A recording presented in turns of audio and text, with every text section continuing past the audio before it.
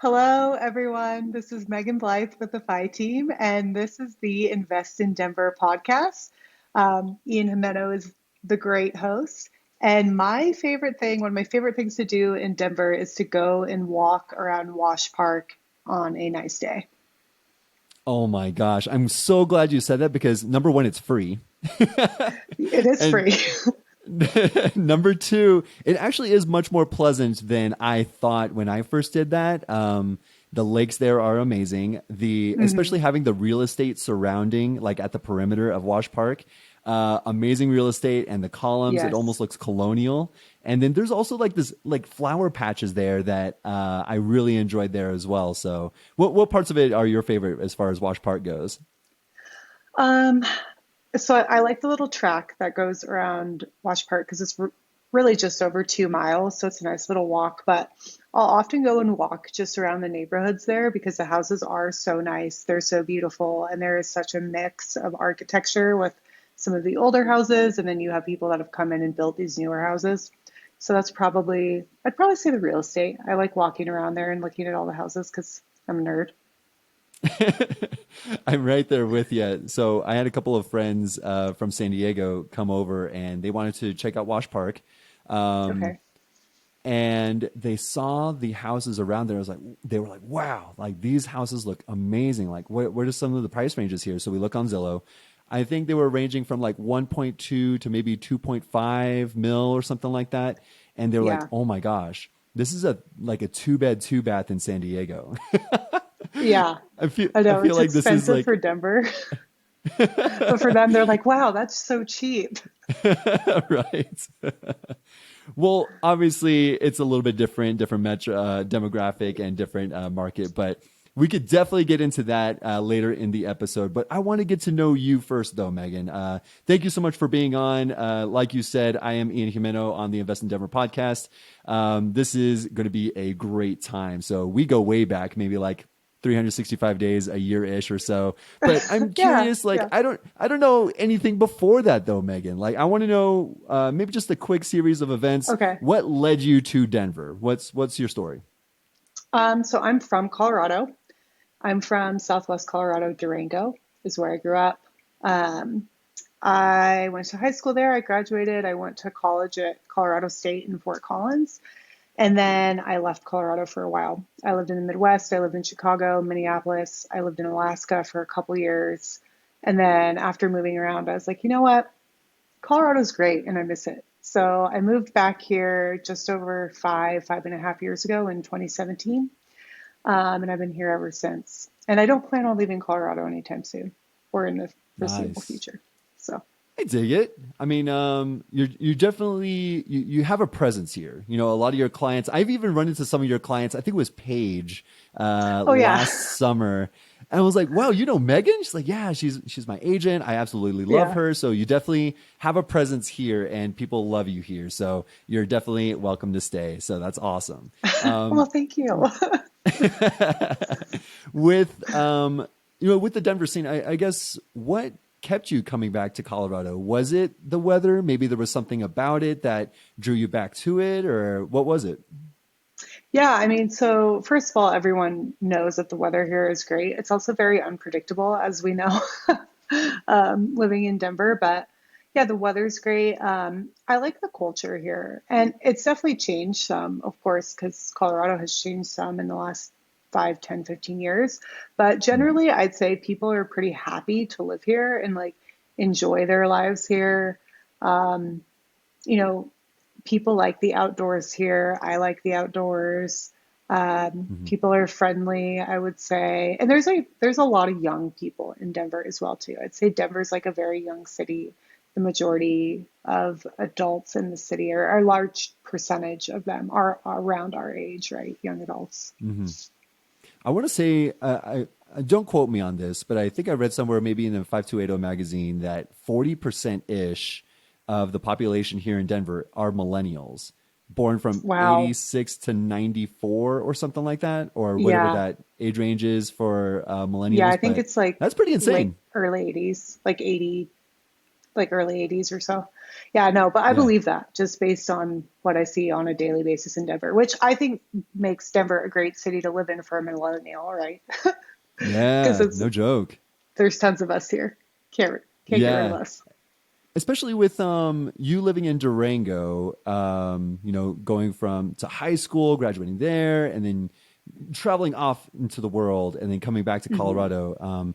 I'm sure you had some sort of like a thought towards Denver back in the day, maybe like 10, 15 years ago, and seeing Yeah. it grow to what it is right now.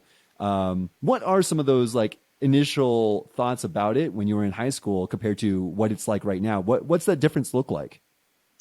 So, I tell people this a lot because people will say, oh, yeah, like Colorado natives, they hate all the transplants. They say that, Colorado's ruined and the traffic and blah, blah, blah, blah, blah. And I'm like, yeah, there's that side of it. But when I was a kid growing up, we did not spend much time in Denver because truthfully, Denver was not like the greatest city. There really wasn't much going on here. Um, Things have changed a lot in the last 15 years, but living in Colorado, being from a town outside of Denver, we didn't really come here very often, especially Hmm. because it is far from Durango. Durango is about 6 hours away. So if we needed to do like shopping or, you know, go to a city for something, we usually ended up going to Albuquerque. It's closer. Oh wow. We would come to Denver occasionally for things, but Denver has changed a lot, and I think a lot of it is for the better. I don't think the Denver of 15, 20 years ago is a city that I would have enjoyed living in at this age. Mm, yeah. It's amazing seeing that transition, and even like the Rhino Art District. I mean, even that Yeah. has just seen so much development. Even right now, I'm just seeing these Oh, massive yeah. pits for like underground parking, apartments. It's just Hmm. becoming a city, like a city, I So, mean, 10 years ago, there was nothing in Rhino. mm, It was warehouses, it was industrial. Um, wow. there was really not much there. I remember when some of these, I think it was probably like 2011. I remember coming down to Denver from Fort Collins because my roommate at the time, her boyfriend lived in Denver and he lived in one of these like brand new apartment buildings. I wish I knew which one it was now because if I did, I could tell you exactly what was there and what wasn't. But I Mhm. remember it was like in downtown or Rhino area and remember going there and thinking, there's like nothing around this place. This is weird. And then now, like it's probably an apartment building that was in Rhino. It might have been like West End or one of them, that it's kind of like on the border of downtown and either Lodi or Rhino. And now it's Yeah. like probably one of the most centrally located apartment buildings in Denver. For real. Wow, what a transition. But let's not focus on just the city part. I know you have so Okay. many other parts of Denver that you enjoy being a part of, and I know you definitely as a like a Red Rocks goer. You love Red Yes, Rocks so much. I think it was voted I'm like guilty. best venue in America for like 5 years in a row or 10 years in a row or something like that. I Yeah. mean, I went there so twice now to see a couple of acts, and Okay. one was more of like Americana and folk, which was awesome, that live experience, but then also for EDM, and so Who just did you like see? have I saw Rez, Okay. Grizz, yeah, oh my Okay. gosh, just bass heavy, Yeah, like electronic in a music for trance, sure. the whole time. Yeah. Yeah. So I Um, guess that, yeah, sorry. I do, before we get into the Red Rock specific things, I have like these rapid fire questions I want to ask you. And this is the okay. first on the Invest in Denver podcast. And we're going to try this All out. So right. I'm going to give you about 5 seconds to answer each of these questions. I got about like 10 or 12 of them for you. You ready? Okay. Yeah. All right. What is the best way to get to Red Rocks? How do you get to Red Rocks? By bus, by truck, maybe like a big old van with friends? Party bus. Party bus. What's the best Yep. time of the year to go? Summer. Best genre to listen to at Red Rocks. EDM. Best act you've seen there so far. Um, oh, that's so hard. Rufus the Soul. Nice. I knew you were going to say that. Best tailgating drinks before entering. Seltzer. Best tailgating food before entering. None. Best post-concert food to get. Chick-fil-A at the bottom. They have Oh, Chick-fil-A dude, I sandwiches. experienced that for the first time. So good. I have to say, they positioned themselves so well right there. I am so Yeah. famished at the end of that. Totally. They know what they're doing. They know what they're doing. A couple more. Yeah. So, best seats at the venue. Anything below row 40. Row Once 40. you get up, Okay. yeah, once you get like 40s, mid 40s and higher, the sound quality changes. At the very top, the sound quality is bad. I would not recommend it Ah, to anyone. Yeah. okay. Duly noted. I love that. Luckily, I've been Yeah. at that 40-ish range, so I think Yeah. I'm at that maximum point. Last couple. The best act you regret missing. Oh, Stevie Nicks this summer. Dig it. Yeah. How many people is too many people in your Red Rocks group? Probably like 10 plus. It gets too hard to keep track of people. It gets wild, doesn't it? Yeah. It gets And too hard last, yeah. sorry. And Go then ahead. last one, best non-concert related activity to do at Red Rocks. Yoga on the rocks. Hey, love Yeah. it. Good answers. Or Um, they have a mhm. ski season workout that they do in, I think it's like October. Those ones are cool too. What is that? Ski season workout during the winter? What is that? Yeah, it's like a series for a month, and I think it's every Saturday morning in like October. It's called Snow Shape. That's what it's called. You'll go and you'll do like exercises to help get you in shape for ski season. I Yeah. kind of like that. So I've had some issues with my calves and Achilles, Mm, and maybe yeah. that's something to really check out. Especially me being a snowboarder, like I got to make sure, I got to carve, like Yeah. both You got to sides of carve. my leg, the tibia, fibia, or whatever those two bones are. Yeah, I got to work those out. Okay, well, I'm glad. Is there anything else that you might want to impart in knowledge as far as Red Rocks go? I mean, I feel like I got a good general rundown, but I feel like you being experienced Red Rocks goer, is there anything else that the audience should know about it? If you get an Uber, it's hard leaving there. It gets really Mm. crazy. Don't go with too big of a group. And make sure if you do have a party bus that whoever organizes it is responsible and good at communicating, or else you're probably going to get lost having trying to get them to come find you again. Sounds like you've done this by experience. Yeah, unfortunately. Well, awesome. Thank you so much for the rundown and everything, Megan. Yeah. I feel like we got to know you a little bit better at the same time. So we have to talk about Rufus Still Soul at a separate point as well. Yes. Fantastic group. So Fantastic. good. Love them. So as of right now, I know presently, maybe I mean, although I haven't seen too much on your social media, but you have been a flight attendant for several years now, right? Yeah, I've been a flight attendant for almost 9 years now. It's been a long Yeah. time. Yeah. And I guess what got you into it? I mean, sounds like a pretty cool job. Yeah, sounds pretty cool. So I kind of just fell into being a flight attendant. I graduated with my bachelor's in 2014. I originally had planned on getting a PhD in psychology and conducting research. My bachelor's is in psychology.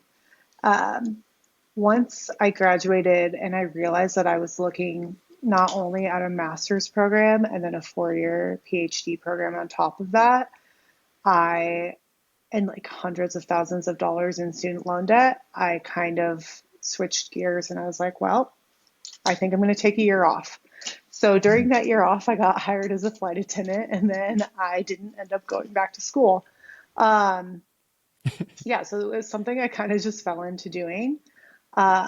And then, after a couple years of doing it, I was like, you know what, this is fun. It's been great. I've been able to travel, but it's not something I was ever super passionate about or super like, this is my dream. This is this is what I want to wake up and do every day for the rest of my life. I'm not saying I don't like it. I'm just saying Yeah.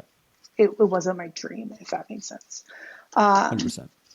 and so in 2015, I kind of started to learn about personal finance and real estate investing. And I realized that I was really passionate about that. Mm. Um, and so I started working towards becoming a real estate investor and then eventually became a real estate agent. Love it. So yeah, that's kind of my story with flying. Now it's very part-time for me. I probably fly about 4 to 6 days a month. Sometimes a little less, sometimes a little more. But generally that's what it's around for me right now. Got it. And with you being a flight attendant, I mean, you're going to certain destinations. Obviously, the plane Hmm. is not making a round trip for you specifically, right? I No. mean, Yeah. what does that look like as far as the schedule goes? Do you have to plan out, okay, I'm going to have to be here for 4 days before I can find another shift going back to hometown? How does that work? So how it works is airlines, have their monthly flight schedules like months in advance, right? So they build trips for all the flight attendants and the pilots monthly, and we all bid on them. So they do build round trips for us. Okay. So they will always get you back to your base. It might not be the same day, but typically the length of trips for flight attendants and pilots, unless you're flying very long haul international routes, which I do not, are between 1 and 4 days. So Hmm. typically for me, a typical work trip for me is I leave Denver on the first day and then I come back either the next day or the day after. So Yeah, typically I I'm see. gone 1 or 2 nights at a time. And then I usually do that about 2 or 3 times a month, if that. Gotcha. Awesome. And Yeah. is there a specific airline that you work with or Yeah. yeah. I work for Alaska Airlines. So I've been there Okay. almost 8 years. They're a good company. Overall, pretty happy there. I mean, it's it was rough during COVID. It's gotten a Yeah. lot better now, but that was more of just what was going on around the country, right? So, Yeah, for sure. And being a flight attendant, I mean, in the pie in the sky scenario of being a flight attendant, you get to experience all these different places. Yeah. I mean, I yeah, know you yeah, had this goal for yourself of hitting 30 countries before you turn 30. Oh my yeah. gosh. Like, how many people can even say that? How many people can even say they've reached like 20? I feel like you were almost on the cusp of it, right? Until you hit that deadline. But have Yeah. you reached it at this point? No, but I will. So I turned 31 in February and I will hit my last two countries in January. So by Yes. the end of my 30th year, I will have been to 30 countries, Hell yeah. which I will let which I'm that happy slide. about. Yeah. COVID slowed me down a little bit, but I was like, I could still make it happen, kind of. So, That's right. yeah, I mean, 30 is still 30. I mean, at the yeah, 360th day versus the first day, it's all the same to me. If you ask yeah. me, you're still 30. With that being said, I mean, I know you've been to some really cool places, and I want to give that rapid fire question segment, Okay, firing it at you one more time, but more on the flight attendant and traveling side, if you're okay. ready. Yeah, I'm ready.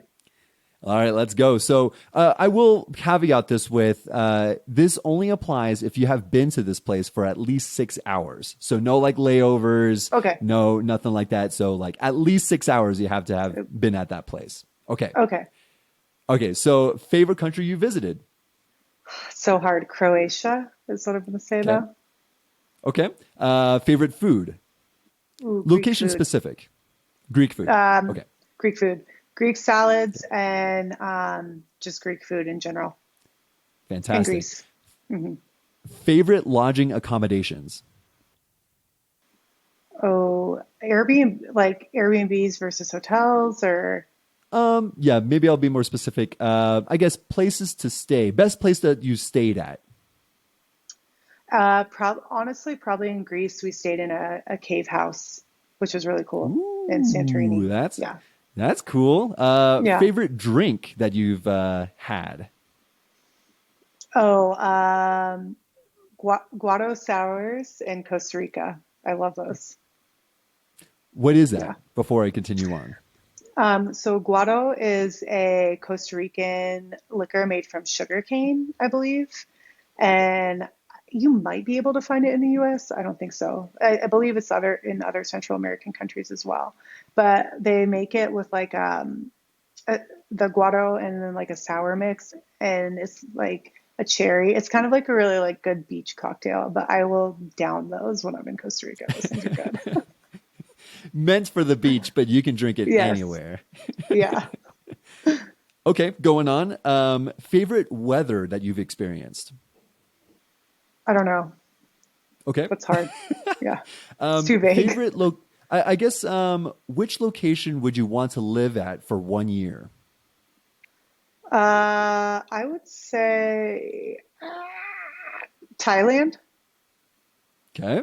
I Love think that it. would be fun. Which location do you have planned next? I'm going to Colombia and Curacao in January. Love it. Which trip will require you to plan the most or have, or I guess I'll consider it for the past. Which trip did you have to plan for the most? That maybe going to Vietnam. Hmm.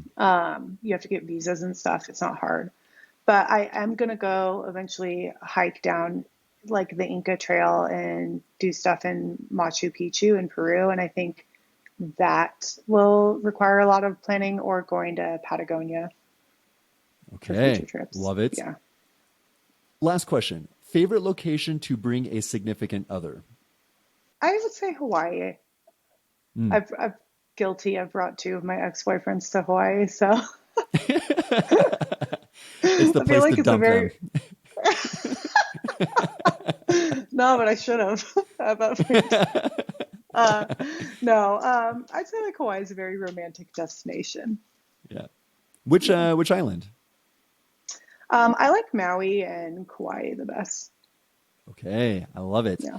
I have to say that like my trips to Hawaii have been a little bit more on the touristy side, sadly. Hmm. Like a lot of my friends or family plan the Oahu, Waikiki situation. I mean, granted, Mm, there's like North Shores there, which I absolutely love. yeah. But I mean, a lot of the stays are in Waikiki, so I need to check out the other islands. And I guess a little bit more personal to me is the Big Island. Like I want to see Okay. volcanoes. You know, I want to Oh see yeah. the lava. I mean, I'm a Yeah. geologist at heart. You know. Big Island is great for that. In fact, actually, I flew back from Honolulu last week, and when we were flying by, we could see the lava Oh coming no out of, way! yeah, the volcano because the eruption started, I think, like a week and a half ago. Yeah, that's awesome. Super Hmm. jealous. Holy crap. So now that we got the traveling out of the way, I know you mentioned and sort of touched on a little bit more when you were staying in Alaska. I Yeah. read this in part of your book, which we will also get to, is Dave Ramsey. I mean, Yeah. the man, the myth, the legend, love him or hate him, he has a brand all to himself. I mean, Oh, he he does. definitely gets into the debt, gets you out of debt, and gets you Yeah. on with your life. So I guess that I'm curious what your main points that you got from Dave Ramsey's books or his teachings or stuff like that. What was the biggest takeaways that you got from Dave Ramsey? So, to preface this, Dave Ramsey's book, The Total Money Makeover, was the first financial book I ever read. Um, and I think at that point in time, I was just in a place where I had no savings. I was living paycheck to paycheck. I felt like I was very much living like the average, unfortunately, the average like American lifestyle. Yeah. And so from Dave Ramsey's books, I had the takeaway of like, hey, like it doesn't have to be like this, right? Hmm. Like I don't have to live paycheck to paycheck. I don't have to have credit card debt that I can't pay off. I don't have to have a car payment. Like it doesn't have to be like this. Hmm. Um, and although I don't agree with some of the things that he says now, as I've learned more about, finance and my own walk that path myself, I do think that like the foundation of, living within your means, keeping your expenses low and not carrying unnecessary consumer debt are like really good lessons to just have in Hmm. general. I love it. having an uncommon life means you have to do uncommon things. So Right. Yeah. I think you did those uncommon things of not having that credit card debt, not having significant Yeah. debt, and luckily Dave Ramsey. I feel like I myself had not heard of Dave Ramsey beforehand, before like getting into Okay. financial independence and things like that. But I just heard his name like sprinkled in conversations. You know what I mean? Yeah. And then eventually, I learned that yeah, it's just a hardcore saver, but buy everything outright. Yeah. Like have no sort of debt. And that even includes, in our opinion, good debt as well. Right. So Yeah. it sounds like you've evolved past his teachings. Now that you're out of debt, now that credit cards, you've mastered them instead of them mastering you. What's your Yeah. opinion now, and how has that changed? Yeah. So, I mean, I think at the first time when I read his book, like my concern was I just wanted to pay off the debt I had. It was probably just under $20,000. Now, as time has gone on, I think some of the things that he talks about are just unrealistic. Like he says, oh, like don't buy a house unless you have 20% down. But with how much houses have appreciated, depending on how much money you make, you might be saving for a very, very long time for that 20% down when you could buy the house with 5 or 10 and, start building equity over time. So I don't know Mm-hmm. if that necessarily makes sense. Um, he says that your goal should be to pay off your mortgage, um, to not have a mortgage, which I think makes sense as you get older. I think going into retirement, your primary home you probably want paid off, right? But when you're young, and I think it's a better strategy to acquire assets that make you money to help cover your expenses and to help cover your mortgage, or to house hack to cover your mortgage, instead of just like, I'm going to throw all my extra money each month at my mortgage and pay it off early. Like to me, that just Yeah, doesn't really make sense numbers wise. You could be yeah. investing that money elsewhere and getting a high return for it. That's exactly what I was about to say. That's really good. Having the money work for you rather than having it sit in a house, it's just doing Yeah. nothing. It's just sitting Right. there. You have the equity, and then based on Dave Ramsey's teachings, you can't pull out a refinance. You can't like do anything like Right. that. So Yeah. if anything, it's just so much more detrimental. It's just you got to wait until that point where it's fully paid off, and at that point, your money could have worked so much more for you during the 20, 30 years or however long it takes. Yeah. So I feel that with now that you're in this new stage of life, your new relationship with money. So you've discovered financial independence. What does it mean to you? Like what is financial independence? So financial independence to me essentially is just time freedom, right? Like not having to be chained to a 9 to 5 job every day, being able to travel as I like, being able to have time freedom. And then eventually, what it really truly means to me is being able to have freedom for when I have a family. Hmm. I do want to have kids. I plan on having a family eventually. And, I want to be able to not work the first, maybe 3, 5, 7 years of my kid's life, so that Yeah. I can be able to be there as their mom and spend time with them, instead of putting them in daycare, right? I think that as a society, we've been conditioned that women go back to work very quickly after giving birth, their kids go into daycare. And I just don't necessarily think that that's what I want for my kids. So Totally. to me, that's why a big reason of why I pursue financial independence. I feel that. That's really good. I know with the whole daycare situation and being able to spend time with their parents versus having this connection with, I don't want to say a stranger, but someone you Right. trust is a little bit different, right? You want to have those golden years of like raising your kid how you want to raise them. Right. That's pretty significant. And maybe this is a little bit more on the personal side. And I'm curious what your thoughts are for this as well. Sort of going off the cuff here with let's say like the education system with us, like me and Kat, like we're planning on having a child pretty soon, like within 2023. um, Okay. and Congrats, by the way. having That's cool. thanks, it's going to be cool. Yeah. It's Yeah. not like we're pregnant right now, but like eventually. Yeah. Yeah. This isn't That's the fine. announcement, guys, it's all good. Don't worry, You kind of everyone. You just um out that cat's pregnant. She's like, thank you for this. Thank you for not letting me. Thank you for telling everyone I'm pregnant on your podcast, Ian. Right. Just put on the story, just like, ah, whatever, it's all good. So yeah, the education system, right? So, having kids brought up in the public school system and being subject to what the teachers are telling them, whether that's, hey, yeah, history, dates, facts, and things like that. Kat and I Mm-hmm. are sort of pushing along towards like, hey, what if we homeschooled them? What if we Yeah. actually taught them like learning how to work your money as soon as possible? And, Mm-hmm. just like start to do things that we felt were things that we should have learned when we were kids. I mean, I kind of want to hear your opinion on that. Yeah, no, I absolutely am like 100% in line with that. I think the public education system obviously is failing kids in this country. If you look at like the stats worldwide, you can just tell. If you look at the test scores in the US, you can just tell. So, yeah, I am kind of in the same line of thinking that way. And I'm like, well, if I have financial independence, I can homeschool my kids if I want to. I think what would be more realistic and what I've heard of people doing is more of like a homeschool share where Mm, parents get together and kind of take turns with the homeschooling. So then it's not your full time job, essentially, right? yeah. Yep.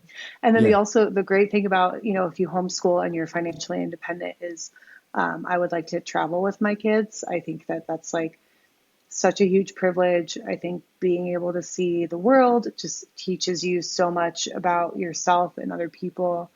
Mm. And I would love to give that to my children one day. So it's also Yeah, important. dude. I love that you said that because that's exactly what Kat and I want to do. Like, we want to be able to live in a place for a year, whether Right. that's Amsterdam, whether that's South America, like anywhere that we want it to be. I think understanding what America is like versus any other country, you understand yourself and get uncomfortable. I think that's another Right. really big thing too of stop getting like living in this bubble and get uncomfortable and realize that Yeah. there's so much more to the world than, I mean, to be honest, I've only seen what 1%, if even, of the world. And it's crazy to me that there's so much more about it than what I've seen so far. So anything about the whole travel aspect or even like the I guess education system in general before I move on, I want to make sure I hear all of your points on it. No, I mean, I think that's pretty much it. Okay, cool. I mean, so like going into the education and things that we sort of learned, no fault at all to my parents. Like it's something that I wish was a part of my education growing up. But let's say like even Hmm. real estate investing, right? Yeah. At the time, like even growing up, I knew that real estate was good for one thing. It's just a roof over your head, and that's about it. I Yeah. didn't know that it was such a powerful tool or powerful asset for the common Joe or the average Joe to Right. build wealth, like generational Right. wealth. Like I had no idea. So I guess going into like I said before, your new phase in life, now you're starting to invest. You're no longer in debt. What really got you into real estate investing? Yeah, I think it was so, and I think I talked about this a little bit in the book that we'll talk about later, but my friend who gave me the Dave Ramsey book, her boyfriend is a real estate investor. And Mm, he, saw that I took interest. They're a little bit older than me, by the way.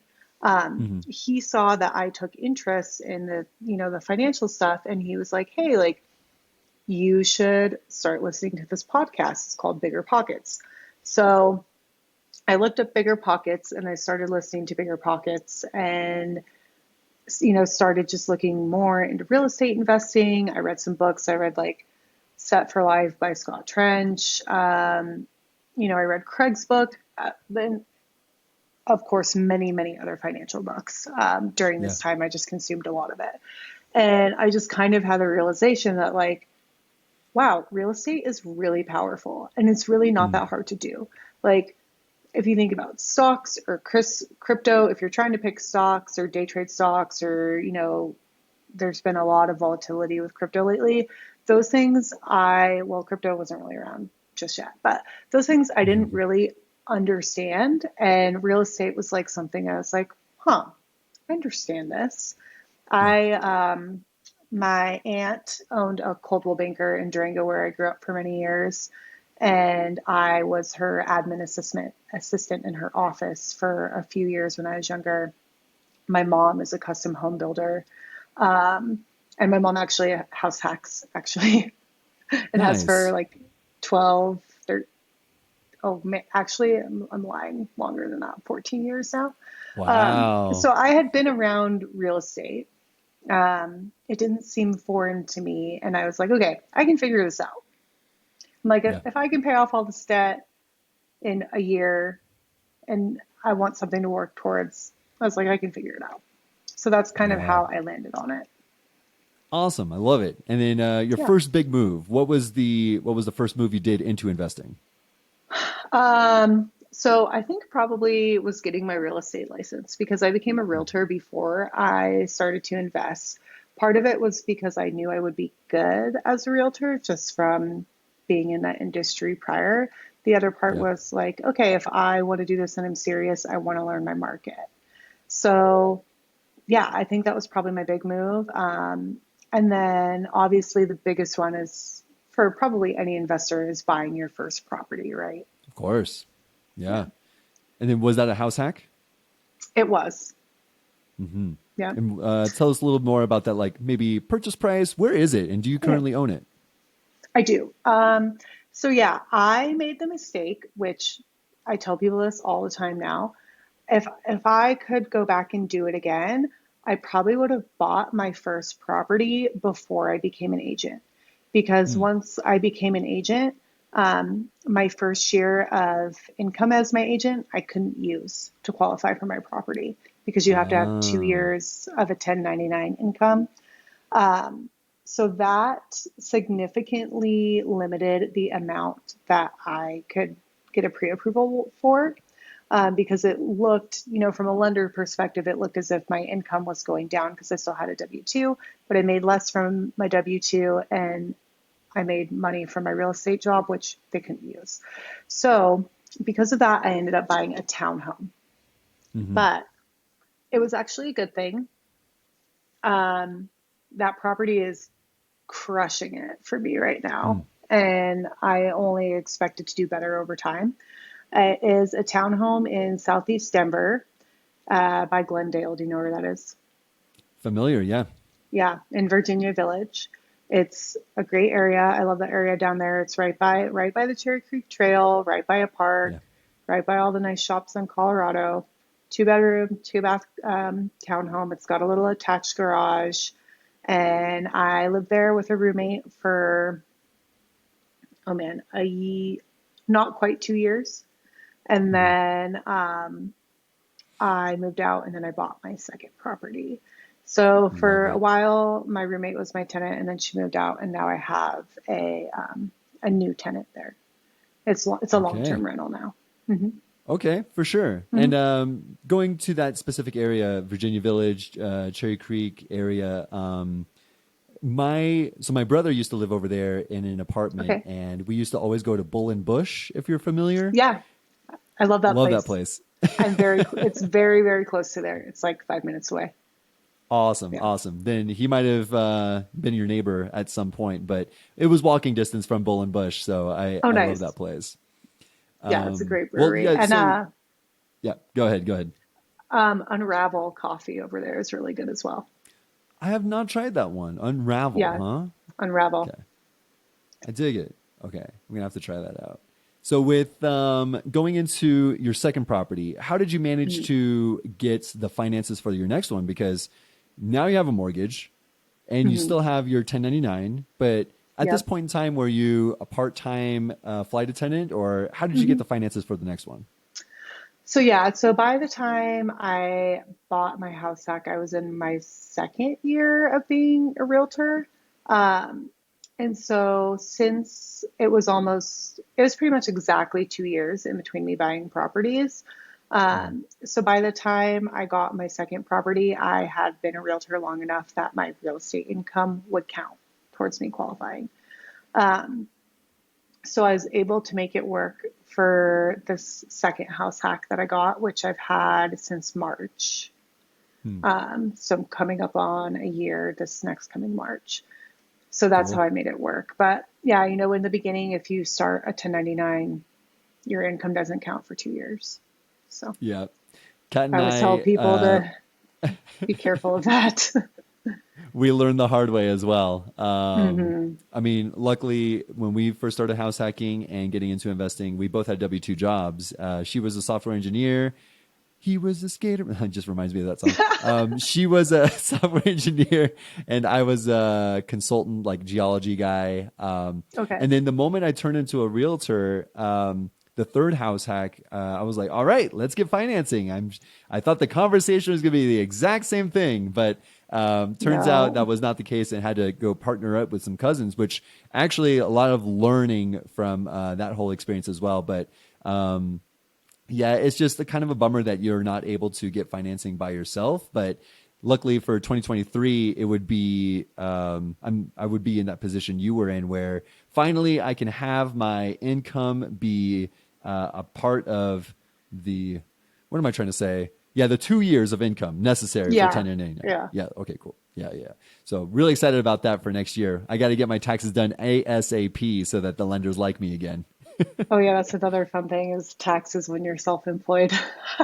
Taxes, I know. And A good. for the sake of time, I do want to get right Okay. into the book. I mean, I want to make sure that Okay. there's a lot more to your story, but that will have to be maybe even a part two. Maybe next year I'll have you back on. But the Sweet. biggest thing that I want to talk about here is the book, How to Buy a Home in Denver. I feel like, That's the book. and you're giving this away for free. Are you insane, Megan? This is all great content, and you're giving it away for free. How the heck are you doing this? So, when Craig and I originally wrote this book, we kind of sat down and we said, what does the typical first time home buyer need, right? Or the Mm, typical first time investor? Because as you know, the first time you buy a property, it can be really overwhelming. There's a lot of different moving pieces, there's a lot of different information. The purchase process has a lot of different, parts to it and a lot of different things that can go wrong in different ways. yep. So yeah, so we really just sat down and we are like, okay, how can we help our clients and our potential clients with their first purchases so they do not feel so overwhelmed and so much like, the process is too much for them. So Hmm. that was the goal of the book. We're giving it away for free because we think that it's the right thing to do because we're just trying to help our clients. Also, it's very Denver specific, right? Hmm. Yep. Another great book for a first time home buyer would be First Time Home Buyer by Scott Trench and Mindy from Bigger Pockets. And that would probably be more general to the entire country. Whereas our book, we talk about Denver, we talk about things that are specific to Colorado real estate law. It's really for somebody who wants to buy in Denver or in Colorado. So that's part of why Love we it. wanted to give it away for free. Yeah, and with it being so hyper specific, a lot more people will be drawn to it, especially within your local community where you are Yeah. licensed. And Yeah. having people, it's a win-win situation for you. It's almost like you're creating the client that you want to work with. I really Exactly. like admire that about the book itself, the strategy behind it. I absolutely love it. So I guess going into a little bit of the nitty gritty of how specific is it to Denver? Like, what are you talking about that is specific to Denver? Maybe even the numbers behind it, like certain things in inspection. What is it about it? Yeah. So the things that are specific to Denver are the neighborhoods. We have a whole chapter where we break down like the different neighborhoods and surrounding towns in Denver. So that's one thing. And then another thing is talking about the process of buying a home and the contract in terms of how it relates to contracts in Colorado and our process here in Colorado. As I'm sure you're aware, the home buying process is similar, but it's different in each state based on how the contracts are, whether you have to use an attorney or not. Different things are called differently. Like here, we'll say you have an earnest money deposit. In California, I'm sure you recall they refer to it as an escrow. So there's Yep. just, there's different pieces that are specific to Colorado, and that's what we reference in the book. Love So it. yeah. As far as, because you talk about a little bit about the neighborhoods, right? And there's some people Mhm. that even want to move to Denver. I mean, I Yeah. myself was one of them. Um, Back in 2020 of August, it was kind of hard to make friends in the COVID time.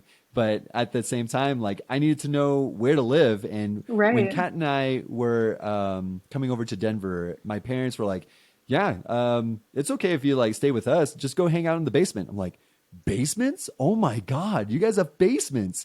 And Oh, you even don't that have was those in just, California? I want to say like less than 1% of houses there in California have basements. Isn't that Really? crazy?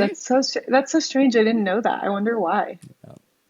So, two things. Number one is I thought it was because of the earthquakes, which would make some Oh, sense, that would right? make sense. Because, with the movement and you don't want basements collapsing. But however, based on certain like scientific studies and things like that, like having a root, almost like a tooth, right? Having Hmm. something underneath below the subsurface keeps it still.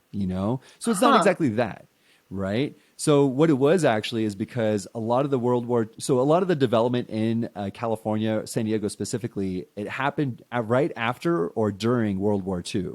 So like Okay. 1930s, 40s, and 50s builds. So what happened was they needed to build as many houses as possible, especially for the Navy, military community. And Okay. digging that would cost way too much time and things Time. like that. So they just wanted to put slab on grade, build it from the ground up, and that's about it. So that one's That's for so free. interesting. Wow. Now I It's know pretty that. cool. So going back to my original question, I want to make sure that, let's say, the people that are looking to move to Denver, Yeah. having your neighborhood knowledge. Let's say if I wanted to, like, I want to buy a house, but I don't know the neighborhoods very well, right? Right. If I were to look for something that's affordable, but not very crime ridden, where would you direct someone in that regard? I would tell you to look up crime stats for that neighborhood because as a Okay. realtor, I can't, typically steer you to a neighborhood based on crime. That Look at is, you. That was a trick question. I'm not allowed to do that. So if you were concerned about that, I would Yep. direct you on how to find crime stats for the city of Denver or, any of the cities in the surrounding area. And I would tell you to look at those and figure out what you are and what you aren't comfortable with. Okay. Love it. Love that answer. Yeah. If let's say I love the mountains, right? And I Okay. wanted to geographically speaking and what I like to do for activities. Let's say I'm an outdoorsy guy. I love Okay. running and I want to make sure that I'm as close to the city as possible, but I want to have enough trails for me to enjoy my long runs. Where would you Yeah. suggest? I would say Golden. I would say Hmm. Boulder. Uh, Maybe Superior, like Louisville, Lafayette, Ken Carl, any of Hmm. those, or very eastern Littleton, any of those communities that are really close, just like the foothills of the mountain. Morrison would be another one. Love it. Good. I Yeah. love it. So going back into the book itself, Hmm. and maybe this is still a little bit more Denver specific, but for those that are not very familiar with radon, I know this is a very common thing within Denver, Yeah. but obviously being in California, that was never a thing. So what Yeah. is radon, and like, can you explain what that is? Yeah. So radon is an odorless gas which occurs in the ground naturally and can be linked to different types of cancer. Hmm. So it's typically really only an issue in basements, most of the time, not always, but it does occur in Colorado sometimes in basements. So if you buy a house with a basement or you just buy a house in general, we just encourage doing a radon test. And then if your radon test comes over a certain amount, you just get a radon mitigation system installed. And essentially, it just makes sure that there's no radon in your basement area so that it doesn't pose a risk to your health or like your crawl space or Hmm. wherever area there may be radon. It usually doesn't occur above ground, but Yep. since you're in geology, like, wouldn't you know about that? I do. Okay. But How did I I do? How guess did I do? you did well. You did very Okay. well. The thing is that like, with radon, it's a specific atom, like a Oh, molecule, okay. Okay. but it does come from granite, so I guess in that regard, Okay. it is because, I mean, it's very small, like amounts, like granite has a very small amount of like plutonium or like, Okay. these, I don't know, just super small, like, um, yeah, I can't emphasize enough like how small it is, but nonetheless, it does radiate this radon gas, right? Mm-hmm. So that's the extent of what I knew back in the day. So now I know it's like, hey, human health risk. Make sure you mitigate it Yeah. as much as possible. That's Right. about it. So if someone were to, I guess, mitigate that risk as much as possible, how much does it cost for a radon mitigation system? They're right around $1,000 to $1,500. They're not that Cool, much. nice. Yeah. Yeah, I agree. I've seen that too. Yeah. So going into not just the home inspection part of it, but what I also really like about this book is the actual component of being under contract. A lot of Yeah. people go from that high emotional state of like, yeah, showings, I'm pre-approved, I love this is amazing, to, oh my gosh, I'm under contract, I now have a mortgage, this is Yeah. insane. So even before having that mortgage, there's that under contract period of time where you have like loan costs, origination charges, Yeah. appraisal costs, credit report fees, all that good stuff. And you Yeah. lay that all out in the book. And I absolutely love that. So I guess my question to you is, are any of these closing costs like negotiable, or does the buyer have to work with what they got? Um, so I think it just varies like lender to lender, right? Each lender Okay. is going to have some different costs depending on their structure, if they're a broker, what company they're for.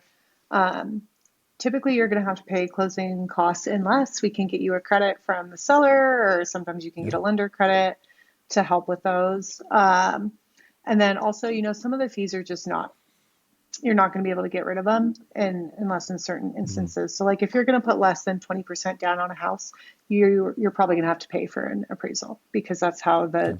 your lender is going to make sure that they know, they're giving you a loan that's not worth more than the house is.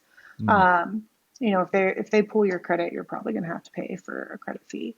for You sure. can choose to forego an inspection if you want, but I don't know why anyone ever would. Yeah. I'll always say, an inspection is like the best 500 to $700 or $800 you're ever going to spend, because if you Yeah. find something seriously wrong with that property, you back out of it. That $800, it's gold. I would Love it. I'd lose $800 any day to make sure, I wasn't buying a lemon of a property essentially.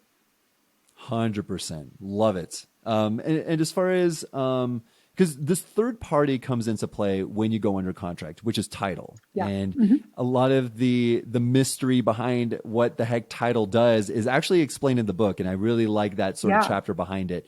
Do you mind explaining what title exactly does for those new first time home buyers? Yeah. So basically, title is going to pull the chain of title, which is why they're called a title company, Mm, the chain of title on your property. So if there's anything weird, and I think it's rare, but these things do happen. Like, say a previous owner contracted someone to come put on a new roof and then never paid them, and they filed a lien against the property owner, which then becomes a judgment against the property. Like, title would be able to find that. Or say if mm, there was a dispute between owners and somebody says that they have claim to the property, they'd be able to find that. Or if your property mm, taxes have never been paid, those types of things they will find for you to protect you. The other thing that title does is they issue you title insurance. And basically, what their title insurance claim is to protect you in case they didn't find any of these things and mm. then they come up at a later date.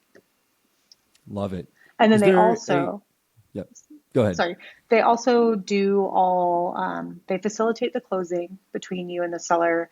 They hold your earnest money, so they're a third party escrow company, and they will go ahead and they balance all the numbers between all the parties as well. So they Gotcha. play a significant role in the transaction. Yeah, it's almost like playing referee. You want to make sure Hmm. that all teams are playing fair according to the Right. rules, all that good stuff. And honestly, transactions would be much harder without them. So I'm definitely grateful Absolutely. for having them. So one more thing that I want to bring up that you mentioned in the book as well is for a lot of first time home buyers and with your experience as well with townhomes and condos as well, HOAs, like that's Yeah, always a HOAs. common thing to whether to buy into one, not buy into one, and having an HOA, on paper says like, hey, we take care of trash, sewer, yard work, and things like that. But I know you have your Hmm. reservations about HOAs, so I'm curious to hear your opinion of them as well. Yeah, so I mean, I think HOAs can be really good or they can be really bad. My personal experience with my HOA on my first property has been good, but I also knew what to look at when I was looking at an HOA. The Where the big problems really come in with HOAs if HOAs are not saving enough money in reserves for the problems that will eventually arise in the community because things eventually break, right? Especially as things get older over time. So if you have an HOA that is misappropriating money or not efficiently using their funds and having a large savings reserve, you can get into trouble if something in the community breaks and needs to be fixed and there's no money for it. Then the HOA is going to issue what's called a special assessment. And Mm, basically, what a special assessment is a payment that the owners all have to make outside of their regular monthly HOA payments to fix an item. And sometimes they can be small, but I have seen $50,000 special Woo! assessments and HOAs in mainly high rise condo buildings. Mm, They tend to be less in like a townhome situation or single family home situations because there's less common systems, if that makes sense. But mm. in high rise condo buildings, you have a lot of common elements, the whole building itself and all the mechanics of the building. And then, like any sort of gym, pool, any of those items would be maintained by the HOA as well. So if anything goes wrong with those items and the HOA doesn't have the money to cover it, then the owners are on the hook for it. Love it. Yeah, Yeah. that's really good. And even having that or deciphering that difference between like a high rise building versus like a townhome or a condo HOA, they all operate different. And Yeah. you really got to just do your research, call up HOA. And that also comes up under contract. Some of these documents for HOA come up as well. So you can really look into the nitty gritty of, hey, what am I getting into? Are they taking care of Yeah. their finances Yeah. appropriately and all that good stuff? So it's, you got to make sure you do your due diligence. Right. And that's part of my job and your job as a realtor, right? Is whenever I'm helping a client buy a property with an HOA, I'm going to look at the docs and I'm going to tell them my opinion. Now, do they Nice. necessarily have to listen to my opinion? No. But Right. I mean, I'm going to tell them what I think. Yeah, So, totally. For sure. And how does it feel to be an author, Megan? I mean, this is no easy feat. This is a really good book and a chock full of good information, but how does it feel? Feels good to be done, huh? I mean, it feels good to be done. I initially never thought I would be someone to write a book. Um, Craig, was talking to me about it, and I was like, yeah, like I don't know, like I'm not that good at writing, like I don't know what I'm doing, and I really am thankful for him because he kind of pushed me into it, and he was like, no, no, we can do it, like it's really not that hard, and he did prove to me that it really wasn't that as hard as I thought it was going to be. So, Yeah. yeah, I mean, it feels good. I really don't think it's um, that big of a deal, I guess I would say. I don't know, especially because Craig and I did it together. So Yeah. It feels good. I know, yeah, I mean, I haven't written a book myself, but however, it's good to know that you have someone who has experience writing books at your back and helping you out with right. this stuff. So, laying it out all out. And I can only find good things with having this PDF download that's completely free that you can give out to your clients all of this can be given at a whim. So I honestly, I'm very jealous, and I'm glad that you did it. So this is awesome. And it's something that I can give to Thanks. my clients as well. So this Yes, is you really good can. stuff. That's Yeah, awesome. So good. how can people download it? What's the skinny on that? So you can go to the phi-team.com. I think it's, gosh, I should know this. Hold on. Slash book download, I think. Um, it's the phi-team.com slash something. I will find it and you can put it in the show notes.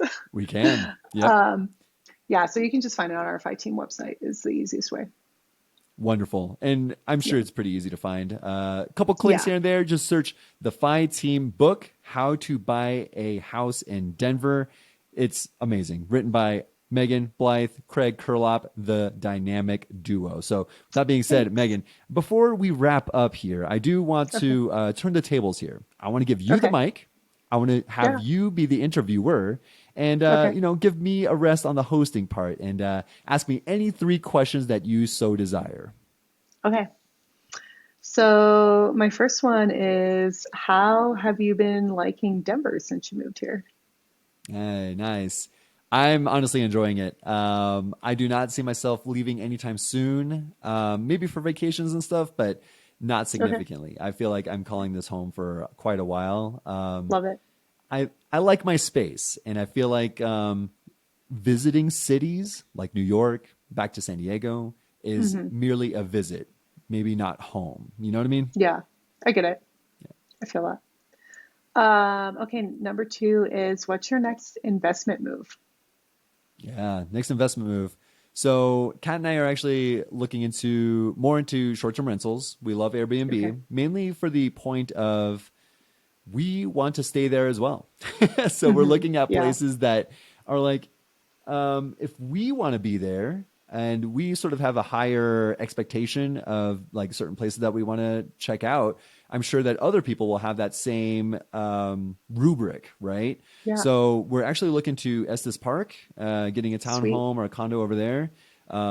We have not fully explored Rocky Mountain National Park, so we definitely want to have a place over there. Fun. I love that for you Yeah, guys. should be sweet. Okay, and then my third question is, how's your current house hack going? Yeah, numbers look sweet. Um, we're averaging about 3,500 to 3,600 ever since we got it started mid-May. Nice. That's 3,600 per month, to be clear, Right. which is about the mortgage. So our Cool. mortgage or interest rate at the time was about 4.8 something. Okay. It's like whatever that weird fraction is that loan officers use. It's like seven eighths or something like that. Right. 4.825.9. Yeah. So yeah, that's of course we'll refinance just so that the numbers look a little bit better, and that's just with the upstairs running like a two bed, one bath with the short Okay. term rental. So once we open it all up, pretty excited for that. We'll And bump you it up guys are from living maybe downstairs? that's right. Yep. Do you guys have a So full kitchen down there? so right now we have a kitchenette. What we've done Okay. is have this program of my parents live in Parker, and Okay. we sort of meal prep it and bring it over to the house like every week. Gotcha. So we're roughing it right now, but at the same time, like we're visiting parents, we're hanging out. We know it's only temporary. Yeah. It's and plus it's fun to be in a basement. Like, whoa, I'm underground. It's kind of Is cool. it? I mean, I don't know. I've never been here before. It's crazy. That's funny. But My house like is the opposite where I'm on the top floor and then the basement is the Airbnb. yeah, I'm sure. I mean, it's so much better. I'm not gonna lie. I mean, enjoy it, quote unquote. I think it's more like I enjoy the money that comes along with it. That's the main thing I Right, enjoy. right. That's fair. I think that's fair. Well, thank you so much, Megan. Obviously, this has been a fantastic pleasure. Your knowledge of the local markets as well as Denver in general is very obvious to the audience here. So, with that being said, how do people even reach out to you? What if people want to get in contact with you? Yeah, so phi-team.com, my contact info is there. And then also my Instagram is Megan in the Mountains, Megan in the MTNS for mountains. And I Hey, have like you can email me, you can book a link on my Calendly to talk with me if you're interested in buying or selling or investing.